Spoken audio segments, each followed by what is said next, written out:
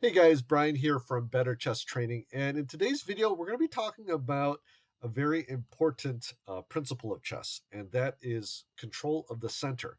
In order to do this, I'm going to show you an example from our great grandmasters and from the game Stolberg versus Botvinnik. Of course, Botvinnik, one of the world champions, and known, of course, as a master of strategy and positional play. So he is a great teacher for us today. So let's get right into it. I actually saw this game in a few books and different comments. So some of the uh, things I'll be discussing, I've read from these commentaries, and maybe I'll put the links to those books in the comments below in case you want to check those out. Okay, d4, knight to f6, c4, e6, knight to c3, and bishop to b4. And here we have the Nimzo Indian defense. And the general idea is that we are controlling the center with our pieces instead of occupying it with our pawns, at least in the very beginning here. And specifically, we're pinning this knight, which protects or controls the e4 square. And so our knight is there too.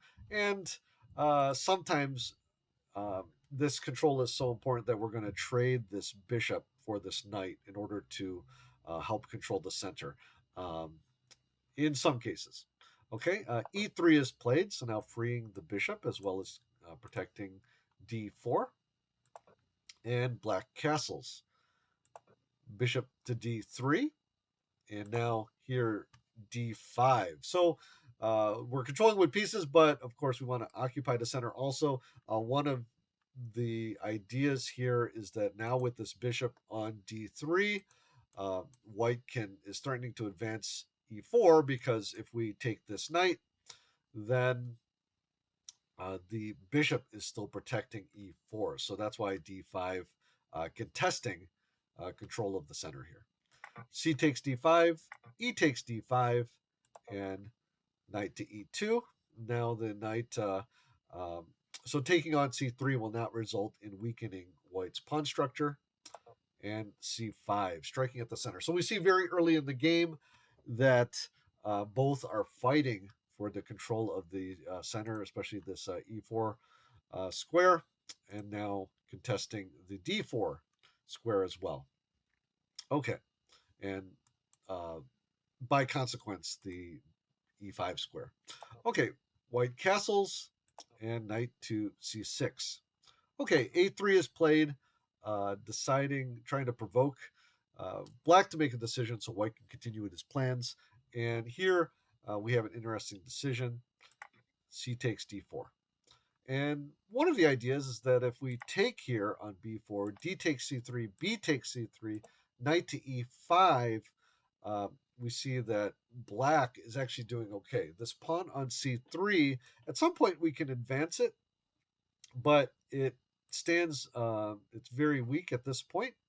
And also this knight has nice control here over d3 and c4. So this is actually good for black, and so that's why white did not play this. Instead, he plays e takes d4, and now the bishop can drop back here to d6.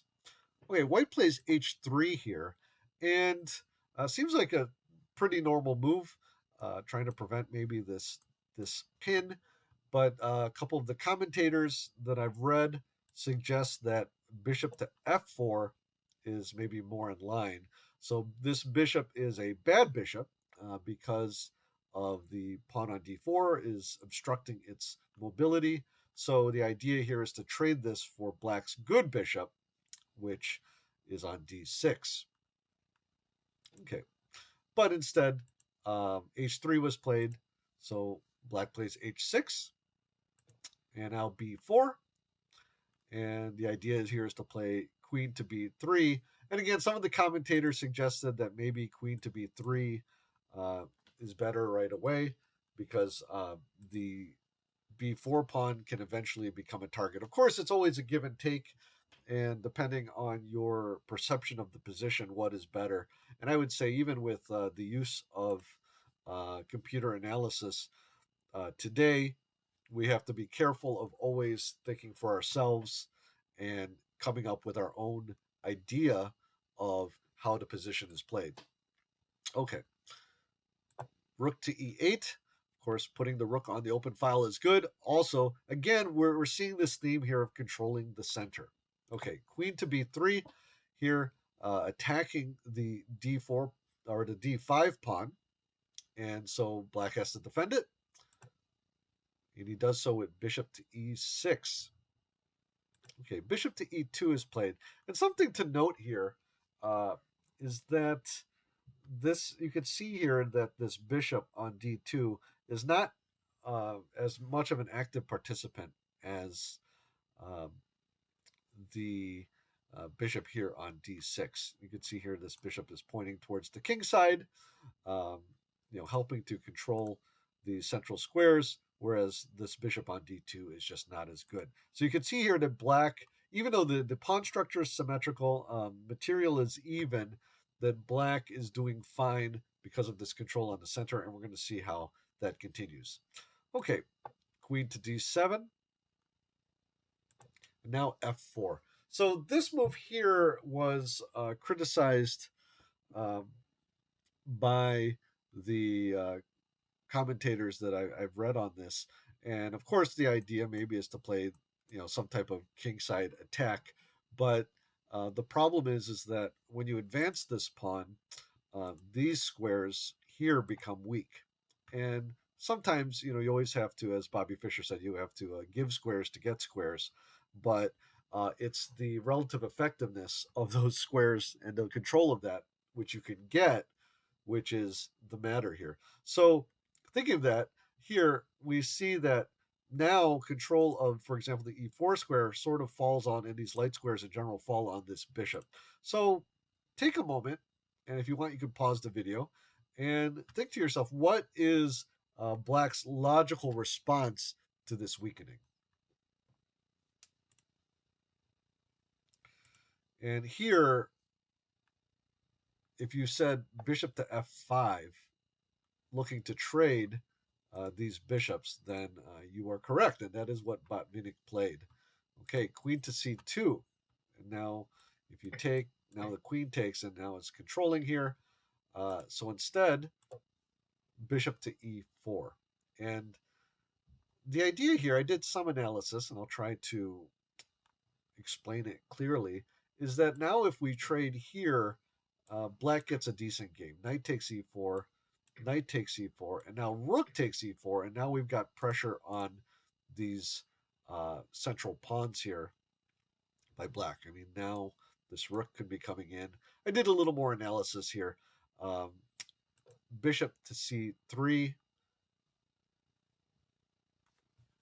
and like say we double up here, rook a to e1, and now it gets a little bit troublesome here because now this knight is pinned.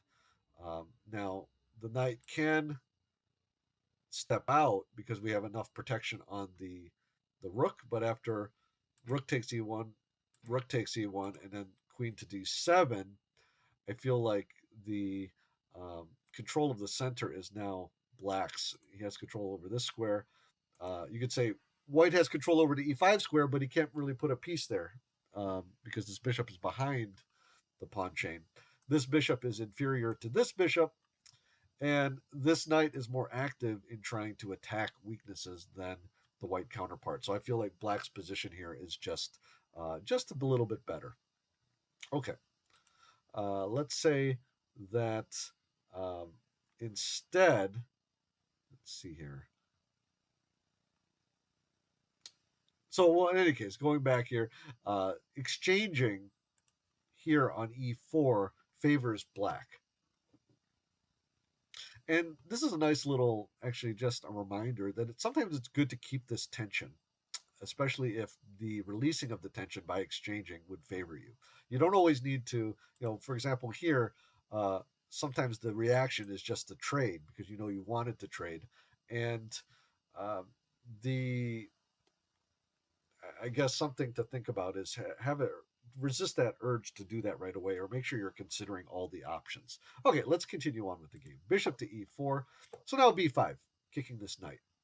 Again, did a little analysis here. And if we playing knight to a5 right away, now bishop takes e4 is fine for white. For example, d takes e4, knight takes e4, knight takes e4, and then we have bishop takes a5. And the point here is that this knight is hanging on the end there.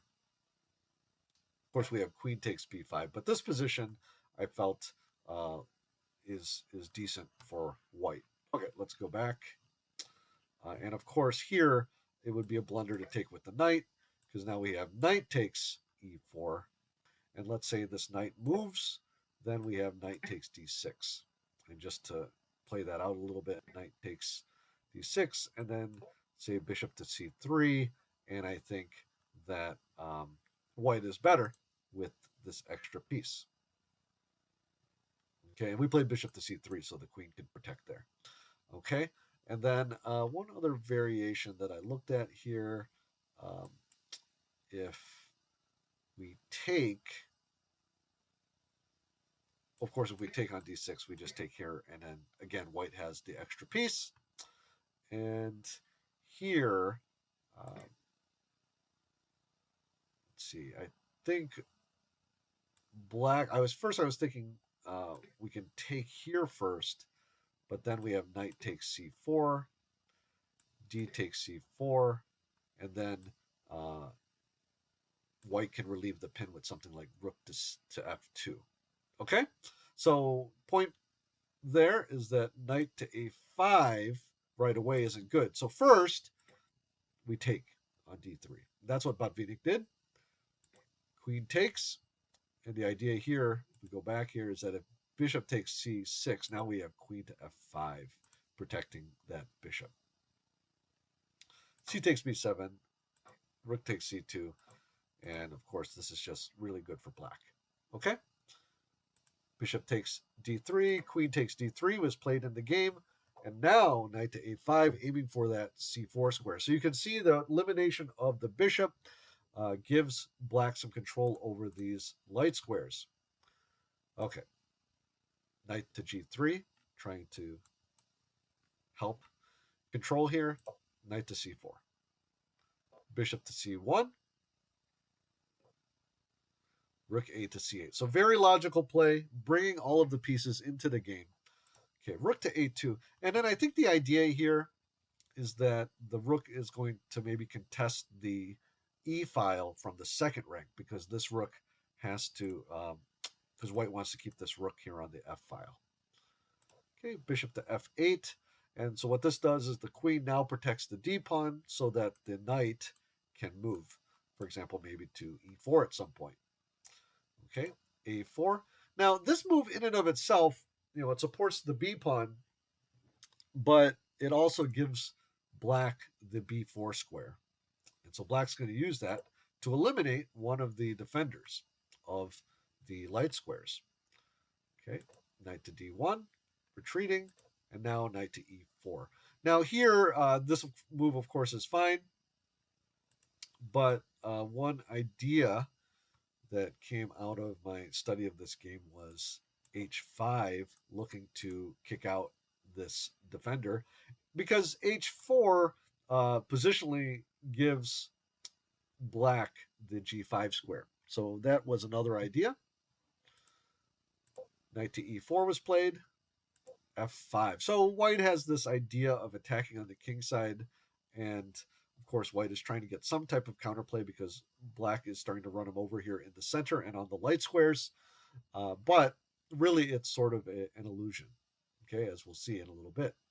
Knight takes g3, queen takes g3, and now here, nifty little move here, bishop to d6, okay, hitting this queen and forcing it off of the g file temporarily.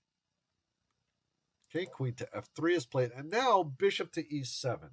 And this was actually kind of a neat little nuance that I found. Let me show you what happens here. Queen comes back to g3, and now bishop to f6, eyeing this d4 square as well as protecting g7. And now bishop takes h6. Now take a look at this position. Black has just won the h6 pawn, and of course is threatening on g7. But if we go back here, back to this position, we, black put his bishop here on f6, and in the game, of course, he played this move bishop to d6. If he actually just went here to e7 first, that is not quite as good. And let me show you why. Here, bishop takes h6, bishop to f6, and here we get exactly the same position as we get in the game, except here it is white's turn to move. So white has an extra tempo here. Let me just show you that here. So here is the game position with black to move, and here is the variation where black played queen to e7 directly. So this little bishop to d6 move in the game was critical in getting that tempo. And let's see why. We'll go back to here because now we have bishop takes d4 check, which we didn't have. If we go again to that one variation here, because it's white's turn, white can actually play something like rook to f4 to protect the d4 square. And here, white is probably doing okay. Okay? Okay, so back to the game. Hopefully, it's just a little nuance I analyzed and thought was kind of neat. So I hope that you found it helpful. Okay, going back to the game here, bishop takes d4 check, and I just want you to compare the d4 pawn to the h6 pawn because that's essentially what you traded in this exchange. And the d4, the central pawn, is much more important, and we'll see that even later in the game, whereas this h6 pawn, not as useful. Okay, king to h1, getting out of the check, and now f6. So now the queen is protecting g6, bishop to c1, rook to e4, and here, centralizing this rook can swing over at some point. But in general, you're going to see here that the just the centralization of the pieces gives them more scope and is just a good principle. So, for example, in this, I'm not sure if Botvinnik had a specific, I'm putting this rook here. I mean, obviously he can double up, he can triple up, but just that centralization of the rook in and of itself makes it a good move. Okay, queen to d3, and then knight to e5, hitting this queen, but also, as we'll see here, queen to b1, vacating the c4 square for the rook.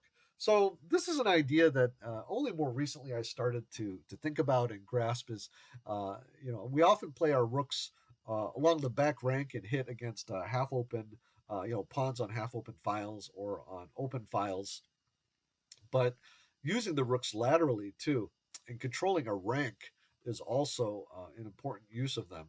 And we could see that here a little bit. Okay, a5, trying to get some type of counterplay. Bishop to c5. So the idea here is that the bishop, black considers the bishop is more important here, maybe to come back here, as we will see later in the game, as well as controlling this a3 square in the diagonal, as well as vacating this d4 square, so now these rooks can operate along the file. Okay, b6 is played, and now a very good move by black, a very easy move, but a good one, is a6.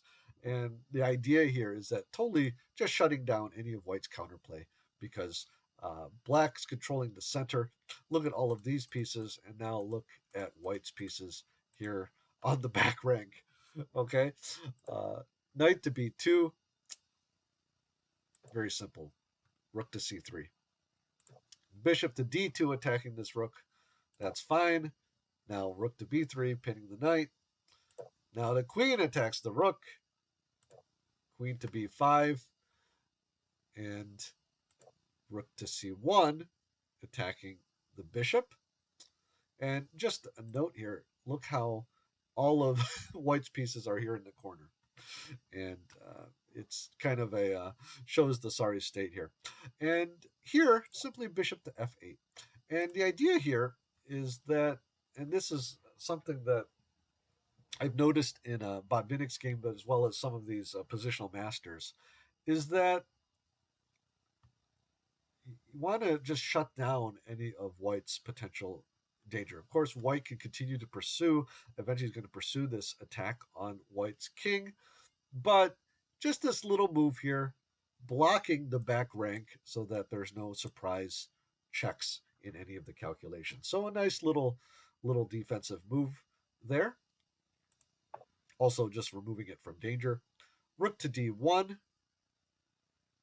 and now rook to e2, pinning this bishop, and also eyeing this g2 square on the second rank.